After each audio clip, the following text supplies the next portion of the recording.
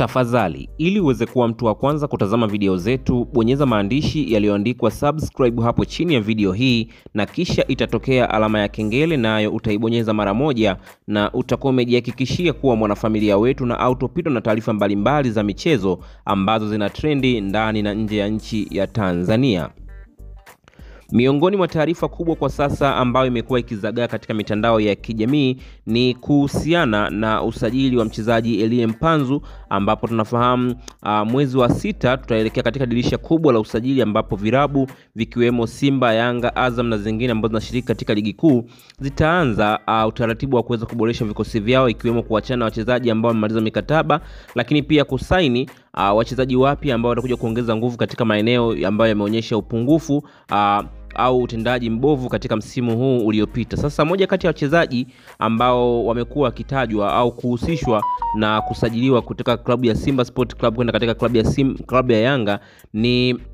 pamoja na mchezaji Elie Mpanzu, ambapo inaelezwa kwamba uongozi wa klabu ya Young Africa umeanza mazungumzo na mchezaji huyo, lakini pia wakala wake kwa ajili ya kuona namna gani wanaenda kuipata saini ya mchezaji Elie Mpanzu. Hapo awali inaelezwa kwamba Elie Mpanzu alikuwa amesaini mkataba wa miezi 6, yani mkataba wa muda mfupi, huku wao Simba Sport Club wakibainisha kwamba Elie Mpanzu bado ni mali yao, kwani ana mkataba wa miaka 2 na hawako tayari kumwachia kwa sasa, kwani ameweza kuonyesha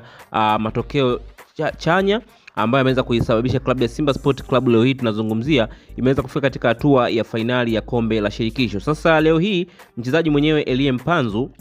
ameweza kufunguka mazito kuhusiana na yeye kuweza kusajiliwa na kikosi cha klabu ya Young Africa katika msimu huu unaokuja, nazungumzia msimu wa 2025-2026. Elie Mpanzu amedai kwamba kwa sasa bado anaangalia namna gani atakwenda kuboresha kipaji chake, lakini pia kuweza kukuza kipaji chake kupitia timu ambayo anahisi itakayoweza kumpa mafanikio makubwa, lakini pia yeye kuweza kuisaidia kubeba ubingwa, lakini pia kuweza kutoa mataji ambayo itakuwa ikishiriki. Lakini pia amedai kwamba klabu ya Young Africa ni moja kati ya virabu vikubwa kwa sasa ambavyo pia anaviangalia kwa jicho la pili, kwani vimekuwa na ushindani mkubwa barani Afrika, lakini pia nchini Tanzania, na hivyo anaamini kabisa kama endapo timu itafikia dau ambalo analihitaji, basi hakuna kinachoshindikana, kwani mpira ni kama ajira, anaweza kuwa leo yuko Simba, kesho akaweza kwenda Yanga. Sasa jibu hili limeweza kuwafurahisha wadau mbalimbali wa michezo, ikiwemo mashabiki wa klabu ya Young Africa ambao wengi waliamini kabisa kwamba huenda angeweza kupuuza na kukataa kuzungumza chochote, lakini amedai kwamba kwa sasa bado anatengeneza career yake na anaamini anaweza kucheza timu yoyote ile, hata Yanga anaweza kucheza endapo tutakizi masharti ambayo yeye pamoja na wakala wake wanayahitaji kwa ajili ya kuweza kugrow up au kukua katika soka